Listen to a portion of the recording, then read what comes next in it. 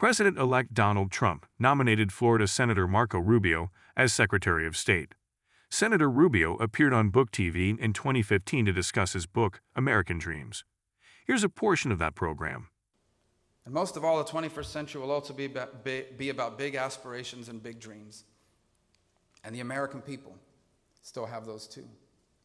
I honestly believe that if we confront the challenges and embrace the opportunities of this new era, the 21st century will also be an American century. I honestly believe that not only will we save the American dream, but we will allow it to reach more people than it's ever reached before.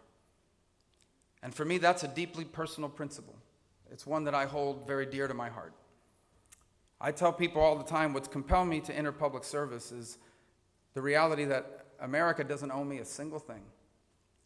I have a debt to this country that no matter how long I live or how hard I work, I will never be able to repay.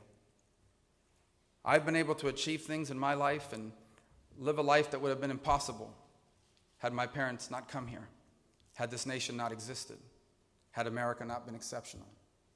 And what we want now is not just for that to continue, but to reach more people than ever before. As I said at the outset, every country in the world has successful people. There have been other countries that have large militaries and big geopolitical importance. There are other nations with large economies and big companies. I truly believe that what separates us, not just from the other nations on the earth, but other nations in history, is that here we have been united by the belief that every human being deserves the chance to achieve their God-given potential, to go as far as their talent and their work will take them. And if we ever were to lose that, we will lose what makes us different. We'll still be big, we'll still be important, we'll still be powerful, we'll still be important, and we'll still matter on the global stage, but we won't be as special. And I, for one, don't want to be part of the first generation of Americans that leaves the next worse off. I, for one, don't want to be part of the first generation of Americans that has to turn to their children and explain to them why we got to grow up in the greatest country in human history. But they will not have the same chance.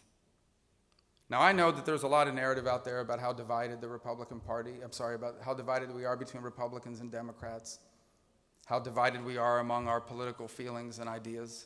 And it's true, we've always been a pretty opinionated people, as evidenced here tonight. That's the benefit of our freedom. But I believe that what unites us is even more important. No matter what your voter registration card says or who you voted for in the last election, I do believe there's a unifying principle in America. And it's the idea that every single human being should matter, that everyone deserves the right to achieve the dreams they have for themselves and for their families, and that we will continue to endeavor to be the country that provides that to people as the task of our time. And if we achieve it, not only will this be the greatest era in American history, but the 21st century will also be an American century. And so that's why I took the time to write this book. I tell it through the story of real people and their real challenges. I describe what's gone wrong in their life, what we're doing about it now, and what we can do better. You'll notice in the book that there are many ideas that are bipartisan. They involve my collaboration with people of another party, colleagues like Chris Coons in Connecticut and Cory Booker in New Jersey. Many of our policy proposals really aren't partisan at all, particularly when it comes to higher education. You'll read about how I'm working with Mark Warner to make higher education more affordable, how I'm working with Cory Booker of New Jersey to provide more access to Wi-Fi and internet platforms, especially in disadvantaged neighborhoods. These are important initiatives as well. They're not easy to put on a bumper sticker. They don't win a lot of elections for you, but they're critical to the future of our country. So we still have time and space, and we should debate the issues we disagree on. But I hope that we can come together and cooperate on the essential issues of our time, because what we have before us is an extraordinary opportunity, and that is to usher in the most prosperous era in all of our history. And that's saying a lot for a country with a history like ours. And the full program is available to watch online at booktv.org.